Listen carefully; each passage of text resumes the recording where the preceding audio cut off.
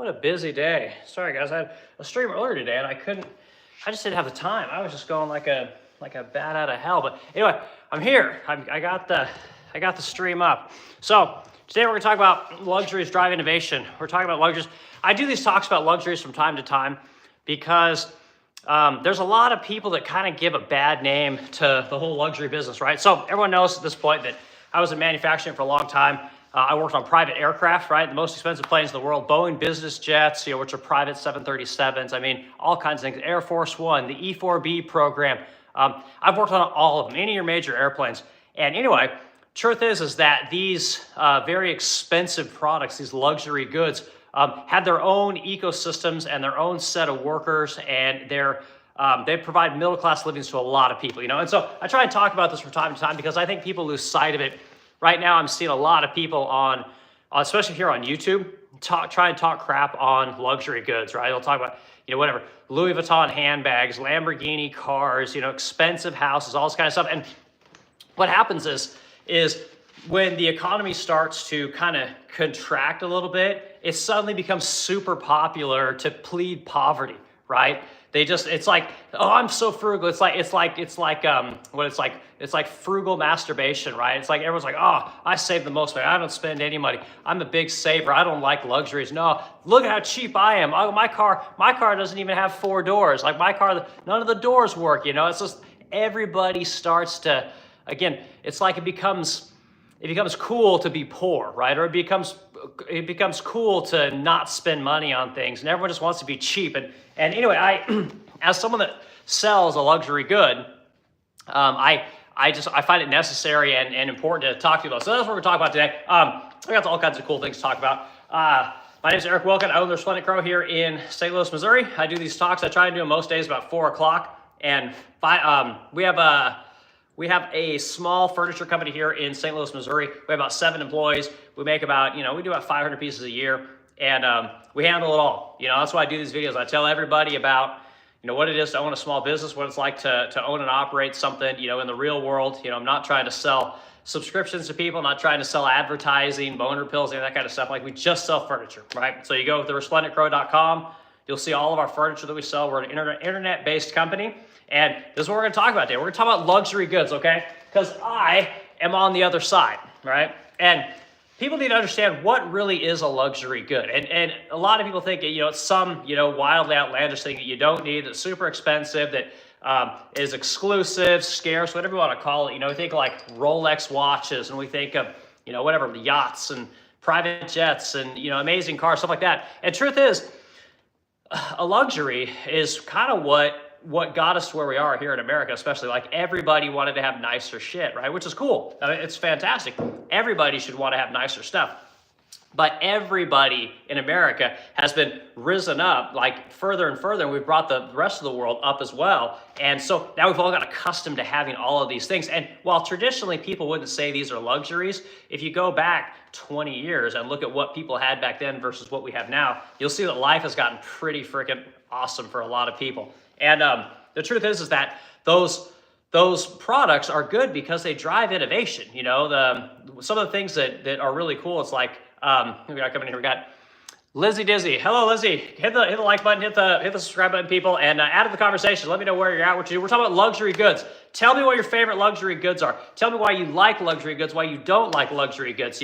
I sell a luxury good through resplendentcrow.com. We sell luxury furniture, high gloss lacquered furniture, really expensive stain grade furniture, and it's all made by hand right here at my factory in St. Louis. And so I feel like I have a pretty good idea about this. My wife has an entire closet full of Chanel coats and bags and shoes, and she's a Chanel hoe, basically, and just loves that shit, right? So I feel I got a pretty good idea what all this stuff is. And anyway, thing is, you see a lot of these videos online where people are saying, oh, all the luxury goods are made in China, and they're trying to, again, it's like this, they're trying to, they think that they're pulling the veil back on the luxury goods business. And I can tell you guys about it. Like, I've operated in all the different spaces when it comes to luxury goods, and I currently work and own a company that operates in this space. So I thought it'd be fun to talk about this kind of stuff as someone that, again, actually has a business that actually does the work and all these kind of things. So we'll read a few comments and we'll jump into those things. Man, I got tons of stories. I can tell you guys so many stories of private jets, all the people that own them,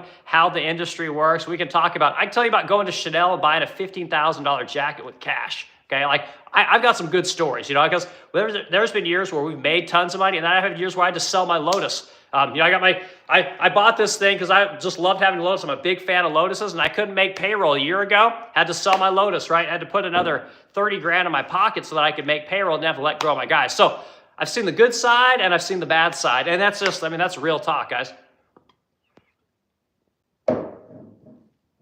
Blue Moon is not a luxury. Blue Moon is for everyone. Blue Moon for the people. Okay, anyway. Okay, let's see what we got here. So, okay, Liz Disney, hello, good to hear. Again, guys, hit the subscribe button, hit the like button. Get this thing kicked around to people. I'm going to get more people to come see these streams, and I got more videos coming out for you guys.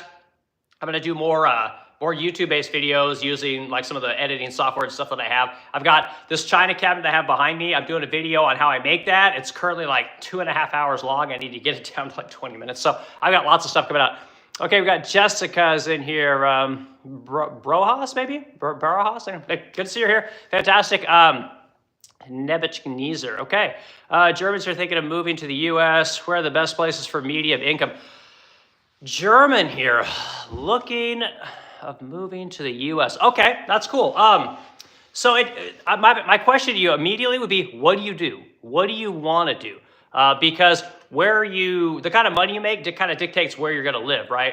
The possibilities where you're going to live in. There are expensive places to live, but they also have very good employment. And then there's poorer places that also have very good employment, but it just kind of depends on what you do. So let me know in the comments and I'll comment a little bit more on what exactly you're saying. Because like I said, here in Missouri is a fantastic place to live. We have different kinds of industries here though. So there's places like, Tennessee is kind of nice, no income tax, but it became a little more expensive. A lot of the Californians moved out there and drove up the cost of everything. A lot of New Yorkers moved there, drove up the cost of things as the pandemic was going on. Like everybody wanted to get away from these lockdown states, and so they started moving to the states that were open.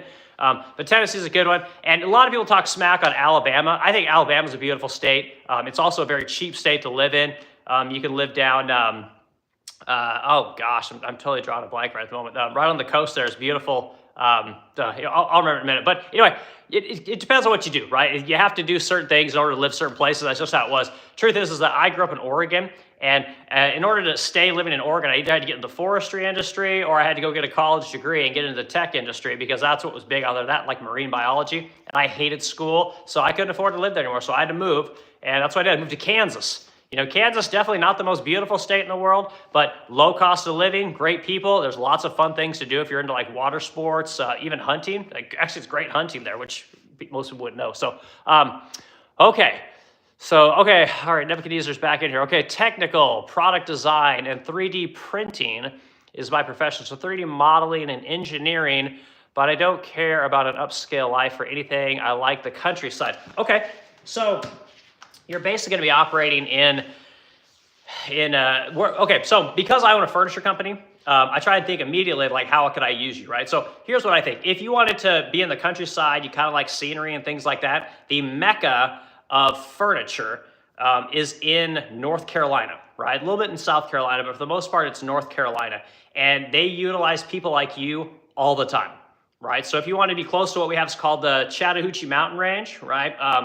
Great Smoky Mountains. You can Google all these things. It's a fantastic place to go if you're into 3D modeling, you're into the technical design stuff, because they're always needing people in the furniture industry there. So that's great. Another place which is hyper expensive but needs a lot of your talents would be Dallas, right? Dallas is very expensive. Dallas, Texas.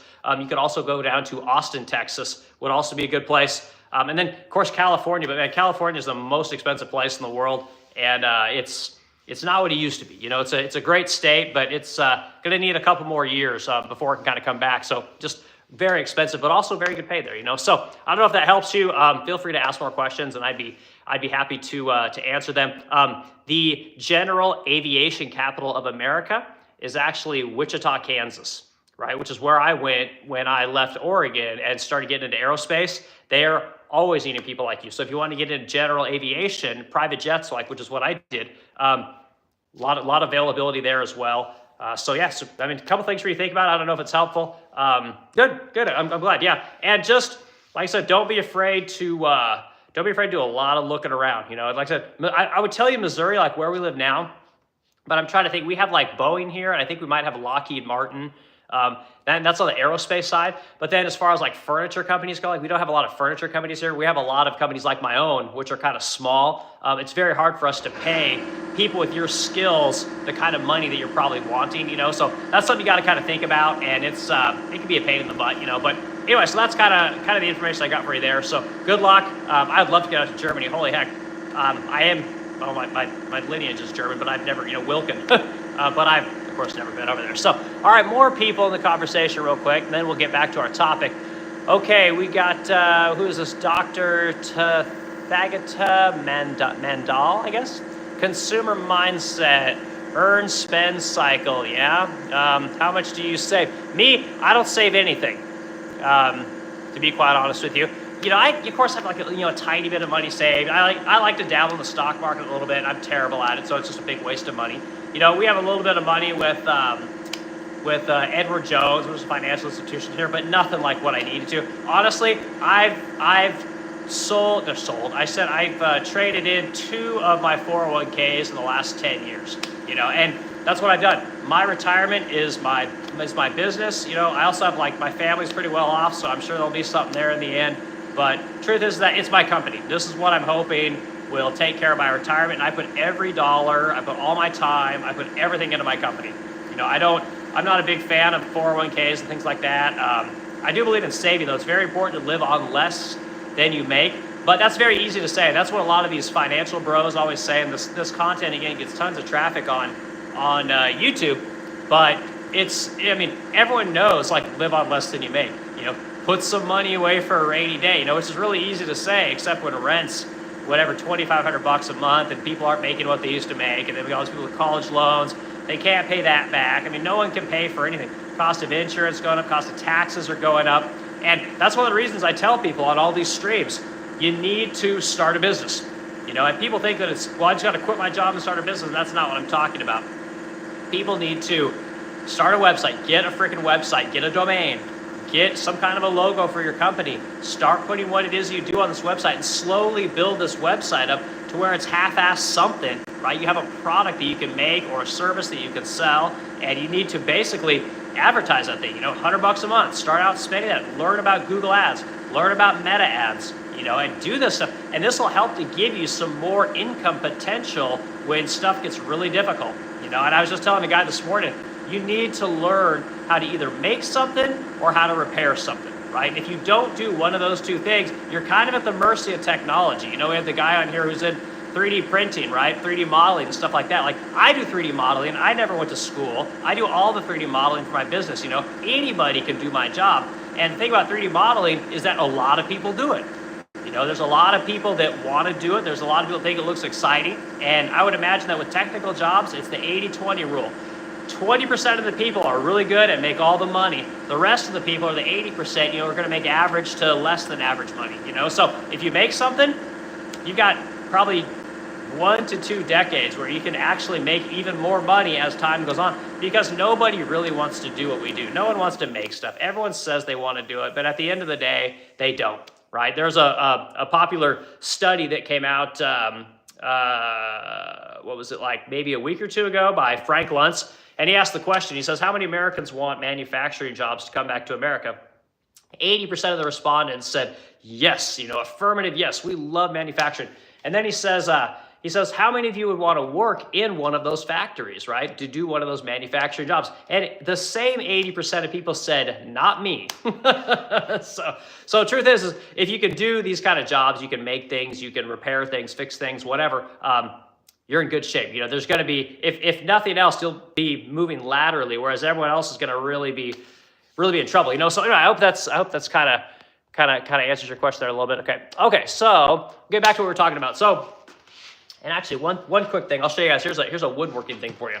So my wife was showing me this like end table, right? And she asked if I could make this thing, right? So what you got here is this technique is called dishing. Right, it's kind of an old world technique, and you basically take a a thick piece of material, but then you have to router out the inside of it, right? And then you can create a decorative profile along the outside. And this is kind of how they used to do it. And truth is that most people you see do this kind of stuff, they always do it in a circle, right? Because they don't have the technical proficiency to be able to do shapes. Well, the thing is that what you'll see with people is they put a hole in the center, right? And then they just run their router around and round and round. And that's typically how you see people do dishing. But if you have a pin router, right, which is a completely different kind of a tool, you have to Google it. I've got a video about it on my YouTube page. But anyway, if you got something like a pin router, you could actually create a jig for doing dishing, right, and doing, I mean, pretty much anything. And then that router will, the pin on your router bit will actually run along the profile of your jig. And then on the back side, you could start running out all kinds of complex profiles. So it's a pretty cool little tool, you know. So, I'm going to wow my wife with that, right? That'll get me some for sure. So anyway, kind of cool. Show you guys. I am a real woodworker. I do all kinds of woodworking stuff. So anyway, back to luxury goods. So luxury goods drive innovation. Like they drive innovation because people want things, right? People want to be wealthy. People want money. People want nicer things. And like I was saying earlier about luxury goods, like people tend to think a luxury good as being a private jet or a yacht. And truth is a luxury good, technically speaking, is a Mustang. Right? Because truth is, you don't need a big V8 muscle car with 2 doors and a crappy back seat, right? When a Toyota Camry will do, right? So technically speaking, a Mustang is kind of a luxury good. And this is what happens when you start letting more money into the system. You start printing money. You give people gobs of cash to stay home for years at a time. You tell them they don't have to pay rent. You tell them they don't have to, make student loan payments. I mean, you basically make money free by getting the interest rates down so low. People start wanting to spend that money. They start wanting to buy things, and that's what creates luxury goods. It's that need, right? So one of the concepts that I talk about with selling my kind of furniture specifically is lust. And everyone knows the concept of lust, right? We've all lusted after a person. But truth is that a lot of us lust after things, and there's tons of people that immediately think, oh, that's ridiculous, you should do that. That's not healthy, blah, blah, blah. And truth is, we all do it, and it's been happening since the beginning of time, and it'll continue long after we're gone. And the lust for luxury goods is something that you need to use in order to further where it is you want to get in life, and it's when people start talking crap on all these luxury things, the truth is that it employs a lot of people. This idea that you're going to do good, by helping somebody is not what creates innovation. It doesn't move society forward. What moves society forward is greed and lust. And that's what luxury goods do, So I was talking about, working on private jets forever. Truth is that when I was working, we'll just go to Gulfstream, right? I worked for Gulfstream for a long time, nicest jet maker in the world. And the truth is that every one of those jets was owned by a person, right? But that person owned a company, and the company is the entity that buys that jet, right? It's not like people don't really own jets by themselves. It's their companies because they're tax write-offs, right? Well, those tax write-offs basically fuel the development and the making of these jets because companies want to sell them, right? So if there's an incentive to buy, and it can be, depending on what your industry is, it can be anything. If you're in 3D printing, right? You buy a nice 3D printer for your business, you're going to want a nicer one, right? So somebody out there knows you're going to want a nicer one, and they're going to develop it and they're going to make it, right? Because you're not in the business of making 3D printers. You're in the business of making things with a 3D printer, right? So, but somebody's going to try and sell you a nicer one, and they're going to talk it up, and you're going to want that thing as your business gets better. As you do more, you're going to want a better version of whatever it is you have in life. And this creates everything that we have in this country. I mean, innovation is why America is kind of considered the Shangri-La of the world. Like we're the hub of innovation for everybody else, and it's this innovative lust, greed, luxury wanting society that we have that basically has risen the rest of the world up, and it's, again, some people disagree with me, and the gentleman from Germany, he can, disagree with me, whatever, but my lust for money is the reason I own an Audi and a Volkswagen, right? I could buy a Ford, and I could buy a General Motors, a Chevrolet, whatever, but personally, I think they're pieces of shit. I think Germans make better cars, but That's just my opinion. But the truth is that this lust and this desire for nicer things helps society. Like it really does. It moves everything along, brings in more tax dollars, allows us to help more people here, whether it's, Medicaid, Section 8, whatever the service is, right? We're able to pay for those things, which is good for our citizens here. But what it also has done is it also has sent a ton of manufacturing and innovation and technology to other countries. Like the reason China is what it is today is because America sent so much work over there. Had it not, if had America partnered with India, India would be the dominant power right now, but we didn't. We partnered with China for whatever reason, or if we partnered with, Germany, whatever it be. The influx of technology and innovation and the desire for goods helps everybody. That's kind of what I wanted to say in the bulk of this talk is that you can't just talk shit on luxury goods. And if times get harder in America, like don't pay attention to all the freaking doomers and all the the frugal masturbators. Like those people are just they're it's funny. Like, and I wrote down a bunch of examples of all the luxury things that I see and all the luxury experiences that I've witnessed with my own eyes. I'll give you guys a couple of them, and I've seen some shit. I mean, to be quite honest with you, like the amount of money people will pay to tickle their fancy, as we say, right? To scratch that itch is insane. Okay, I wrote down a few of these.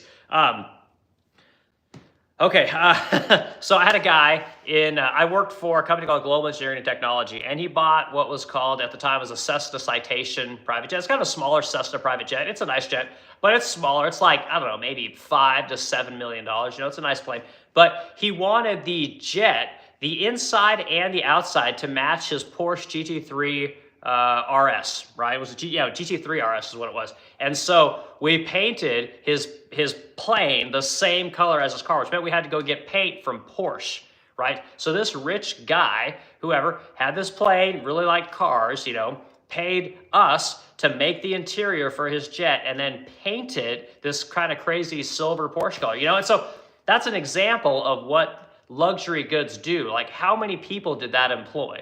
Right? How many families did that feed painting this guy's jet the same color as his Porsche, right? So it's not a bad thing when people spend a lot of money on frivolous, what we think of as frivolous things, luxury things that we don't need. It really gives people jobs, right? And these are all middle class jobs. And these are jobs that I use my entire life to buy houses. I've never rented in my life. I've always owned homes, right? I've always had a wife. I've always had kids to deal with. And all of us were able to do that because of this guy's jet, right? These people that like to have these fancy schmancy things, they employ us to make them for them. And there's nothing wrong with that, So when people come on here and they say, well, how many people could you have fed with that? It's like, these are the people I'm talking about. These people, they don't create anything, right? But the guy that wants the interior of his Cessna Citation jet to be Porsche silver creates a bunch of jobs. Creates a bunch of demand for Porsche paint, right? Which creates a bunch of demand for Wilson Art laminate,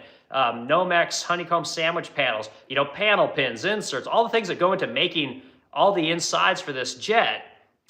Those jobs, he probably created, 50 or 60 jobs to get this jet made for a year, right? So that's the thing I'm saying. When people talk about luxury goods, that's what this stuff does. And these are real middle-class jobs. And these are the kind of jobs that America is thinking about bringing back to America, right? We want to bring back these middle-class jobs where people have to make things and repair things and figure out how to, stuff all this shit into a little airplane. Like these are the jobs that we're trying to bring back to America. And these luxury goods are the things that will do it.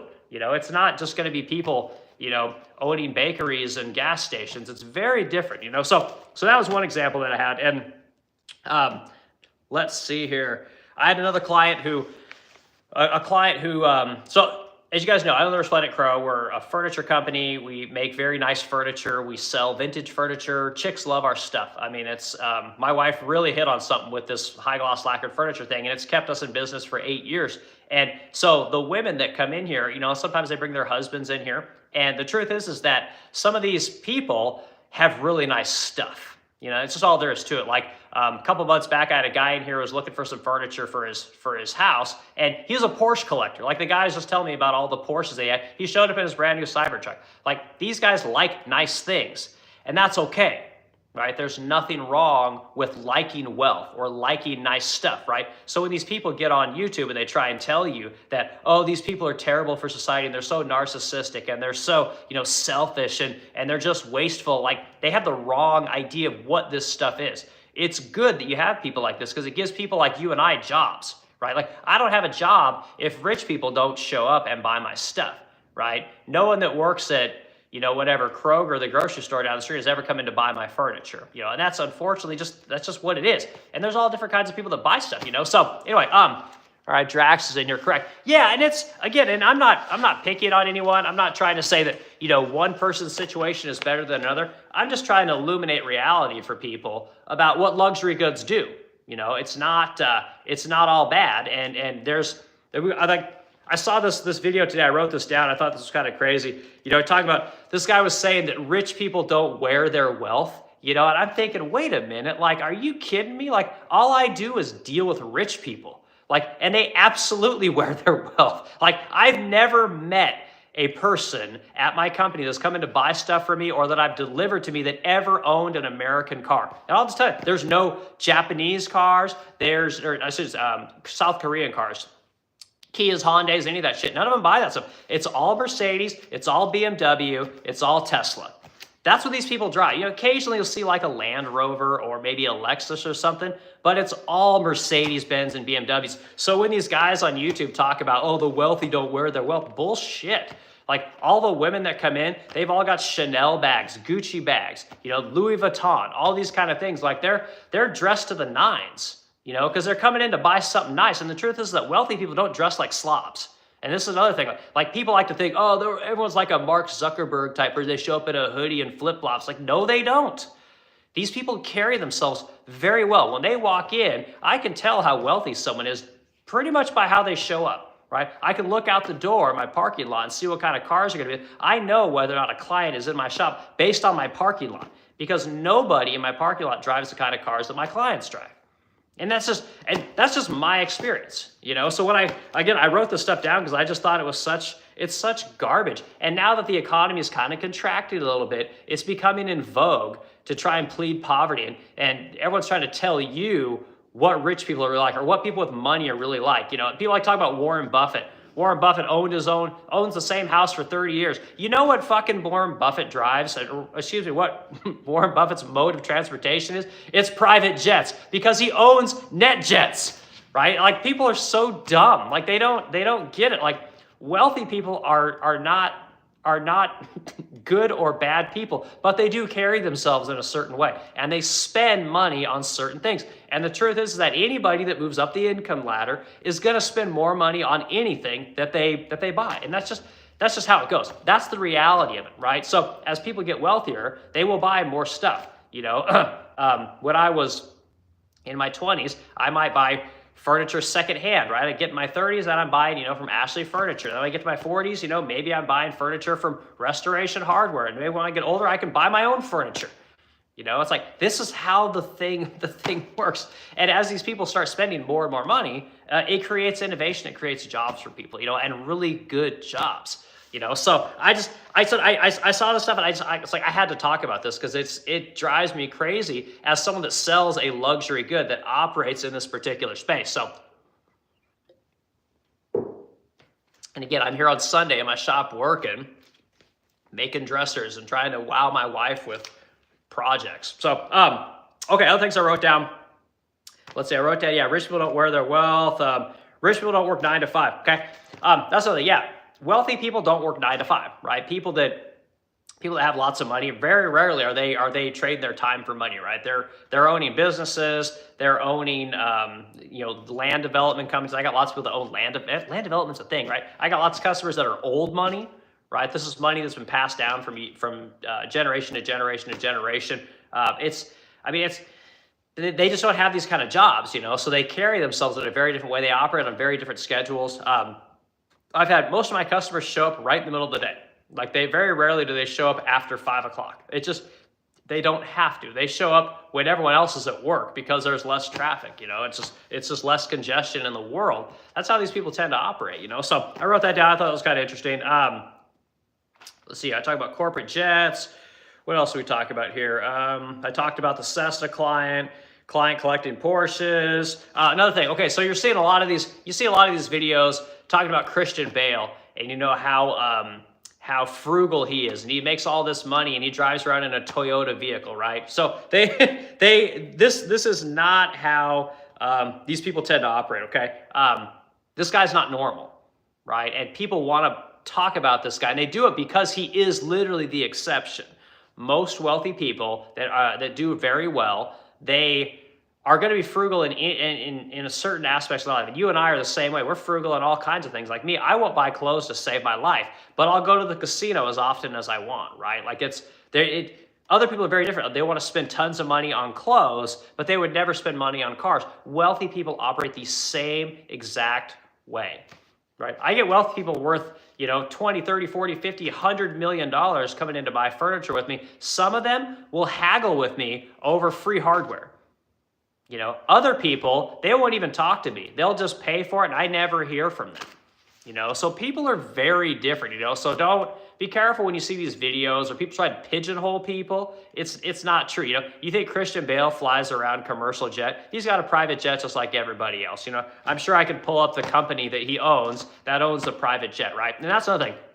Most people that that are wealthy have private jets, right? But the truth is that they don't own the private jet, right? They all have companies. These companies are the people that buy the private jets, and those private jets are write-offs, right? That's how it works. You get to write that jet off. I don't know if you get to write it off all at once anymore. I think it takes a couple of years to depreciate. But point is they buy those jets for depreciation, and they fly them all over the place. That's how wealthy people travel. So again, when you see the video of Christian Bale driving around his cheap truck and dirty jeans or flip-flops or whatever, just understand he's flying around in a $70 million private jet. So slow down.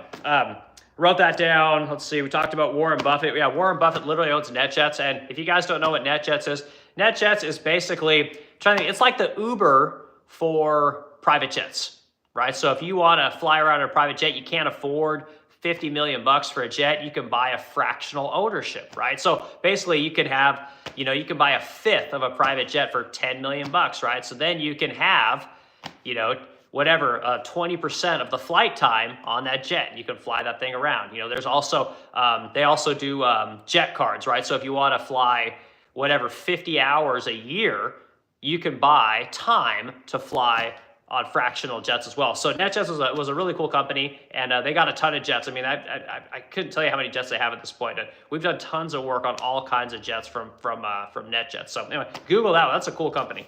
So I wrote that one down. And last thing, we'll talk about Elon Musk, and then Drax. We'll get to Drax's comment. Elon Musk, notably extremely frugal. Like, the guy is insanely frugal. The only thing he spends his time on, as far as I can tell, is like fixing problems and banging chicks. Like, that's all this guy does. He's just spitting out kids left and right. But the truth is that he always flies on brand new Gulfstream jets. And again, I worked at Gulfstream for a very long time. It's just very well known. He had a 650 ER for the longest time, and now I think he's flying a G700. And this is how this guy travels.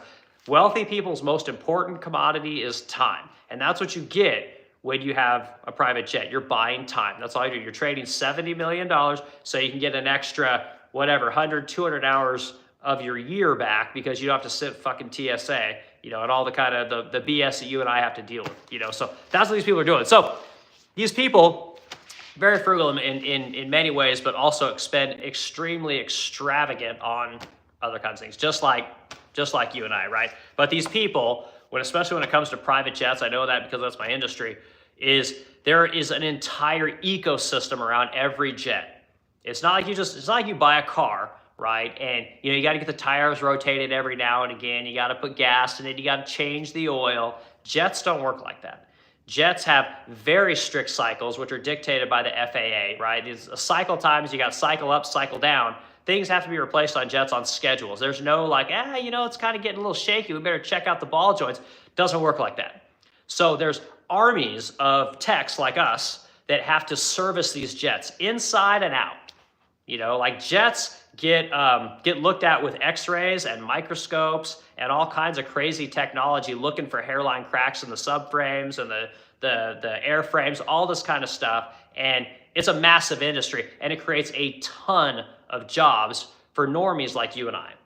So People need to be careful when they start talking about luxury goods and trying to denigrate rich people, because it's to the detriment of all of us. You know, it really is, you know. So anyway, okay, Drax, see what you got here. Yeah, my boss comes to work in a Toyota, but Rolex on his wrist, and he's in the jewelry business. Whereas, yeah, I mean, it's some people, you know, everyone always says, oh, people want to look rich. People want to look rich. Well, no shit. We all fucking dream of having money. You know, it's like, who hasn't dreamt of having money? You'll get the people on your, oh, I never know, money's the root of all evil. Like, BS. I don't buy that for a second. You know, you're not a bad person because you want to have a nice thing or two. Most people want to have something nice. That's okay. But that's the thing that moves society forward. It's not being Mother Teresa, you know, and helping the poor. That doesn't move anybody forward. That doesn't help anybody. You know, it doesn't create innovation. It doesn't create nothing, right? It just, you have to have people to want things. You know, people have to desire things that they don't have, because what that does is, you know, Drax, I mean, I don't know what your business is, but man, you could probably attest to this. Like, what gets you up in the morning? You know, it's like you wake up, what gets your dick hard? Like, there's got to be something that gets you to wake up and you're thinking, God, man, I want this thing so bad. You know, it's like, you can go watch my old videos. I talk about like cars and motivation and stuff like that from like, you know, pre-COVID stuff like 4 or 5 years ago, you know, and but the thing that I'm working on right now is I'm trying to get enough money in the bank so I can go buy an Audi R8. I've wanted one of these cars for 4 years now, and I haven't been able to get it. And I had to go sell my last freaking Lotus because I didn't have the money for payroll. So here I am on Sunday making dressers, coming up with new products, right? Talking on this damn YouTube thing, trying to get the money, get the views, get the revenue streams, because I want shit. And I think that's okay. And I hope everyone here wants something. And I hope that's a thing that gets you to get up in the morning and go to work. Try a little harder to, you know, sell another whatever you're trying to sell. You know, it's just, this is the stuff that gets people going. I would love to have a private jet.